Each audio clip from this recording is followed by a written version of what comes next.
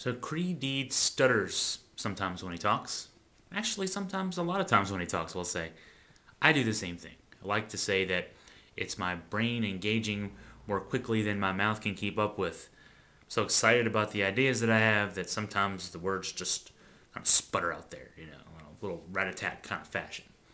Doesn't mean you're not articulate, and that's what Sheila Johnson, a Democrat who is prominently backing Bob McDonnell for governor this year, had to say at a fundraiser a couple of weeks ago on McDonnell's behalf, making fun of Creigh Deeds' speech patterns.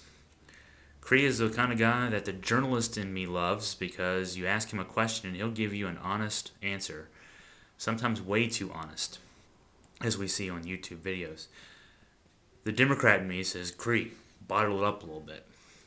Give the disciplined, quick elevator speech answer. Bob McDonnell's really good at that. I think when I ran for city council, I ended up getting good at that.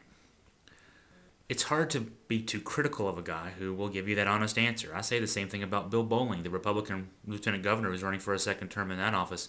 He's the same kind of guy as Creigh Deeds. They're both from Western and Southwest Virginia, and they both will tell you what they're thinking. And I think that's something to be admired in a candidate for public office. It's something to be admired in a person holding a public office. It's also a rare quality in this day and age.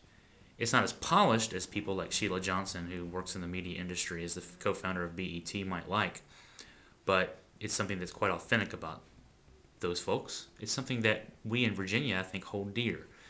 We still like to think of ourselves, even though we've become a big state with growth in Northern Virginia and Hampton Roads, we still like to think of ourselves with our rural heritage, the first colony in the New World, and our long history.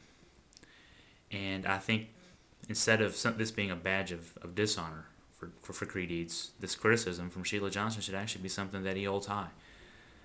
He's not the slickest candidate, but he is certainly true to himself, and Virginia voters certainly get a feel for where he stands when Creigh Deeds has something to say.